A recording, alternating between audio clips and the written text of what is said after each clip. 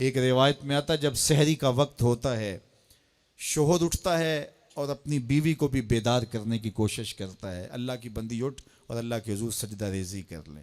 وہ رحمتوں کے بٹنے کے لمحے ہیں، دعاؤں کی قبولیت کی گھڑیاں ہیں، انوار اترتے ہیں ان لمحوں میں، رزق بڑھتا ہے ان لمحوں میں۔ تو وہ اٹھتا ہے اور اپنی بیوی کو بھی بیدار کرنے کی کوشش کرتا ہے۔ سارے دن کی تھکی ہوئی خاتون اٹھ نہیں پاتی تو خیر وہ خود وضو کرنے چلا جاتا ہے، لیکن اس کے دل میں بے چینی ہوتی ہے کہ یہ بھی کبھی اٹھ کے اللہ کے حضور سجدہ ریز ہو جائے تو کیسا اچھا لگے۔ یہ سچی محبت کی علامت ہے۔ خیر اسے خیال آتا ہے اور وہ پانی کا چلو ساتھ لیے آتا ہے اور اپنی بیوی کے چہرے پہ چھڑک دیتا ہے اور خود مصلی بچھا کے نماز پڑھنے لگ جاتا ہے۔ بیوی اٹھتی ہے، دیکھتی ہے میرا شوہر نماز میں ہے، تو اسے بھی خیال آتا ہے، اٹھتی ہے جلدی سے، وضو کرتی ہے، مصلی بچھا کے شوہر کے قریب نماز پڑھنے لگ جاتی ہے۔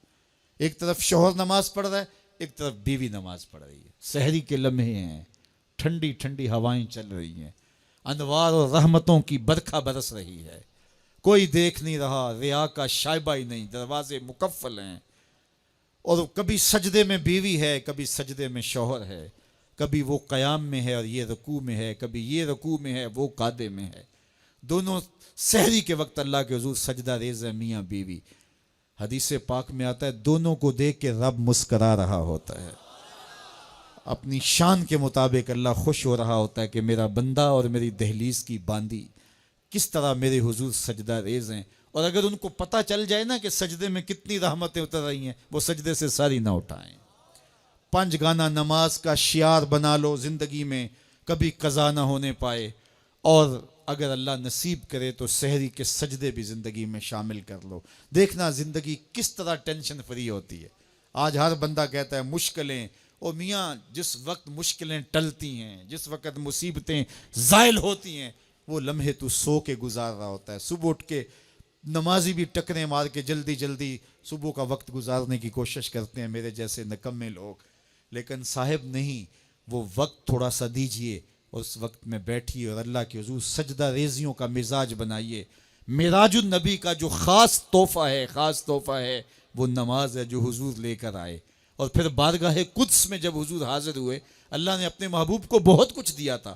70,000 اسرار تھے، 70,000 رموز، 70,000 حکایات، اور بہت کچھ دیا۔ سب کچھ دینے کے بعد کہا محبوب یہ تو میں نے خود دیا، اب تو بتا میں تجھے کس چیز سے نوازوں، تیری اپنی بھی کوئی چاہت ہو۔ تو محبوب نے جو جواب دیا وہ سنیے۔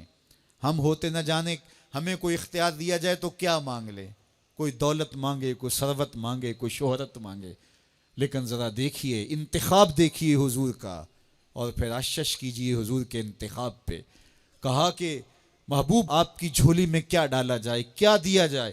تو محبوب نے کیا کہا؟ بنسبتی الیک بالعبودیہ، اے اللہ ساری زندگی میں یہ کہتا رہا کہ تو میرا رب ہے، آج تو بھی تو کہہ دے کہ تو میرا بندہ ہے، مجھے عبد کہہ کے پکار دے۔ میں نے سجدوں میں کہا تو میرا رب ہے، میں نے قیام میں کہا تو میرا رب ہے، میں نے طائف کے بازاروں میں، مکے کی گلیوں میں کہا تو میرا رب ہے، میں سینے حرم میں کہا تو میرا رب ہے، میرے بدن پہ اوجریاں ڈالی جاتی رہیں، میں نے کہا سبحان ربی الاعلیٰ، میں نے تجھے پکارا اور پتھر برس رہے تھے، میں نے کہا تو میرا رب ہے، میں نے تجھے ہر موقع پہ اپنا رب کہہ کے پکارا، آج تو بھی تو کہہ دے کہ تو میرا بندہ ہے۔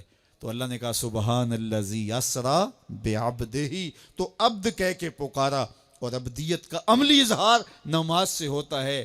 نماز میں جو سرور ہے، نماز میں جو لطف ہے، اور بندگی کا جو مزہ ہے وہ کہیں اور نہیں ہے۔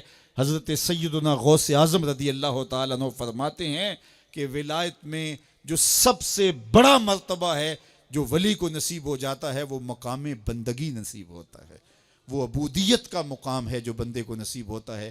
تو یہ بندے کے لیے معراج ہے، اسی لیے کہا گیا الصلاۃ معراج المومنین، نماز مومن کی معراج ہے۔ حضور تو وہاں تک پہنچے جہاں کسی کا تخیل بھی نہیں پہنچ سکتا، لیکن بندہ اس معراج کا حصہ لینا چاہے اور اس کی برکتیں سمیٹنا چاہے تو پیشانی سجدے میں رکھ کر کے اللہ کے حضور بندگی پیش کرے۔ اللہ ہم سب کو اپنے حضور عجز و نیاز کے سجدے نصیب فرمائے۔ ام المومنین سیدہ عائشہ رضی اللہ تعالیٰ عنہ فرماتی ہیں کہ ایک دن حضور کا درہ رحمت جوش میں تھا، اور حضور نے فرمایا عائشہ جو مانگنا ہے مانگ لو۔ میں نے عرض کی یا رسول اللہ اگر آپ اجازت دیں تو میں اپنے باپ حضرت ابو بکر صدیق رضی اللہ تعالیٰ عنہ سے مشورہ نہ کر لوں کہ میں نے کیا مانگنا ہے؟ تو فرمایا کہ جاؤ مشورہ کر لو، مشورے کی اجازت بھی ہو گئی۔ میں اپنے والد گرامی کی خدمت میں حاضر ہوئی اور کہا کہ دریائے رحمت جوش میں ہے اور رحمت کا باڑا برس رہا ہے۔ حضور نے فرمایا عائشہ جو مانگنا ہے مانگ لو، یہ اتنا سنہری موقع ہاتھ آیا ہے تو میں چاہتی ہوں کہ کوئی مانگوں تو اہم شے مانگوں، تو آپ کی خدمت میں حضور سے اجازت پا کے حاضر ہوئی ہوں، مجھے بتایا جائے کہ میں حضور سے کیا مانگوں تاکہ کوئی چھوٹی چیز نہ مانگوں، بڑی چیز مانگوں۔ تو حضرت ابو بکر رضی اللہ تعالیٰ عنہ نے فرمایا کہ بیٹا حضور سے جا کے کہنا کہ معراج کی خلوت خاص میں اللہ نے آپ سے جو راز کی باتیں کی تھی ان باتوں میں سے ایک بات بتا دو۔ مانگا بھی تو علم مانگا، اور عائشہ میرے سے وعدہ کرو جو حضور بتائیں مجھے بھی آ کے بتانا ہے۔ ام المومنین حاضر خدمت ہو گئیں۔ حضور نے پوچھا عائشہ مشورہ ہو گیا؟ کہا جی حضور ہو گیا۔ کہا مانگو کیا مانگتی ہو؟ کہا حضور معراج کی خلوت خاص میں جب اللہ کے حضور حاضر ہوئے تو رب نے آپ سے راز کی باتیں کی، تو ان باتوں میں سے ایک بات بتا دیں۔ حضور مسکرا پڑے۔ اس بات پہ مسکرائے ہوں گے میرے یار غار کا انتخاب کیسا ہے، یا اس بات پہ مسکرائے ہوں گے کہ راز کی بات بتا دوں تو راز راز نہ رہا، لیکن وعدہ کیا تھا۔ کہا عائشہ سنو، جب میں قرب خاص میں پہنچا تو میرے مالک نے مجھ سے راز کی جو باتیں کی ان میں سے ایک بات یہ تھی، محبوب تیری امت میں سے کوئی شخص کسی شخص کا ٹوٹا ہوا دل جوڑ دے تو میرے اوپر لازم ہے بغیر حساب کے جنت عطا کروں۔ ام المومنین بہت خوش ہوئی اور اپنے والد گرامی سیدنا ابو بکر صدیق رضی اللہ تعالیٰ عنہ کے پاس آئیں اور ساری کہانی سنائی۔ بہت خوش تھی، لیکن حضرت ابو بکر صدیق رضی اللہ تعالیٰ عنہ نے سنا تو رونے لگے۔ تو ام المومنین سیدہ عائشہ رضی اللہ تعالیٰ عنہ نے عرض کیا میرے والد گرامی یہ بات رونے والی تو نہیں ہے، ہم بسا اوقات کسی دکھی کے کام آ جاتے ہیں، کسی کا دکھڑا بیٹھ کے سن لیتے ہیں، کسی کی ڈھارس بنا دیتے ہیں، کسی کے کام آ جاتے ہیں، یہ تو بخشش کا بہانہ ہاتھ آ گیا اور آپ اس پہ رو رہے ہیں۔ تو فرمانے لگے عائشہ اس کو معکوس بھی پڑھو، تصویر کا دوسرا رخ بھی دیکھو، اگر کوئی شخص کسی کا ٹوٹا ہوا دل جوڑ دے تو بغیر حساب کے جنت میں جائے گا، اس کا دوسرا رخ یہ ہے اگر کوئی کسی کا دل توڑ بیٹھے تو سیدھا جہنم میں جائے گا۔ میں اس بات پہ رو رہا ہوں کہ ہم سے کسی کا دل نہ ٹوٹ گیا ہو۔ تو آج کی اس مجلس کے اندر کیا یہ دو باتیں میں اور آپ اپنے پلے باندھ سکتے ہیں؟ ایک کا تعلق حقوق العباد سے ہے اور ایک کا تعلق حقوق اللہ سے ہے۔ حقوق اللہ میں سب سے اہم چیز نماز ہے، اور پہلا سوال قیامت کے دن نماز کا ہی ہوگا۔ بلکہ حضور نے معراج میں جو مختلف مظاہرے دیکھے ان میں ایک چیز یہ بھی دیکھی، کچھ لوگوں کے سر پتھر سے کچلے جا رہے تھے، پھر صحیح ہو جاتے، پھر کچلے جاتے۔ جبریل سے پوچھا یہ کون لوگ ہیں؟ تو کہا آپ کی امت کے یہ لوگ وہ لوگ ہیں کہ جن کے سر نماز سے بھاری رہتے تھے۔ نماز کا کہو نہ بے نمازی کو، تو وہ پہلا بہانہ تو یہ لگائے گا کہ میرے کپڑے ٹھیک نہیں ہیں۔ میرے بزرگ فرمایا کرتے تھے تیرے کپڑے کیسے پاک ہو سکتے ہیں؟ تو رب کے حضور جھکنا نہیں جانتا، آ اس کے حضور جھکنا سیکھ لے، وہ تیرا لباس بھی پاک کر دے گا، تیرا دل بھی پاک کر دے گا۔ تو دوسرا بہانہ یہ ہوتا ہے کہ ہفتے کو شروع کروں گا جی، پہلی تاریخ سے شروع کروں گا۔ یہ وہ بندہ کہہ رہا ہے، ہفتے کا وقت وہ دے رہا ہے جس کے پاس ایک لمحہ بھی اپنا نہیں ہے، جس کو یہ نہیں پتا کہ اٹھنے والا اگلا قدم کہاں ہوگا۔ وہ کہتا ہے انشاءاللہ ہفتے سے شروع کروں گا، فجر سے شروع کروں گا۔ میاں اللہ کے حضور بلاوا 5 وقت ہمیں آتا ہے، حی علی الصلاۃ حی علی الفلاح۔ کتنے بدبخت ہیں کہ جو اس پکار پہ اٹھ کے اس کے حضور حاضر نہیں ہوتے۔ 5 گانا نماز شعار زندگی بنا لو، اور ہم یہ پکا عزم مصمم کر کے اٹھیں، اتنے زور سے ہم ارادہ کریں کہ شیطان بھاگ جائے، ہماری ہوا سے بھی بھاگ جائے۔ یہ تو اتنے پختہ ارادے کے ساتھ عزم کر کے جو ہے وہ آج ارادہ کر کے یہاں سے نکلے ہیں کہ وہ فجر کے وقت ہمیں بہکانے میں کامیاب نہ ہو، ادھر اذان پکارے ادھر ہم دوڑتے ہوئے اللہ کے گھر کی طرف پلٹ آئیں۔ ہم یہ عزم کریں کہ آج کے بعد نماز نہیں چھوڑیں گے۔ اللہ مجھے آپ کو 5 گانا نماز کی توفیق نصیب کرے، اور ہمیں توفیق نصیب کرے کہ ہم کسی کے دل شکستگی کا سامان نہ کریں۔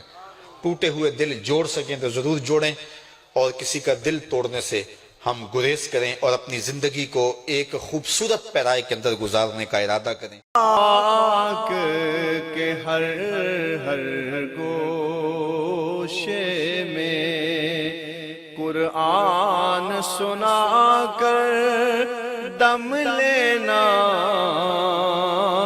اب رکنا نہیں، اب اب تھمنا نہیں، فردوس میں جا کر دم لینا،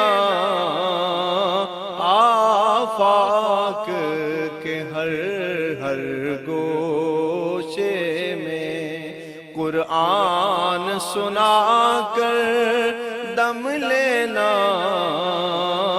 اب رکنا نہیں، اب تھمنا نہیں۔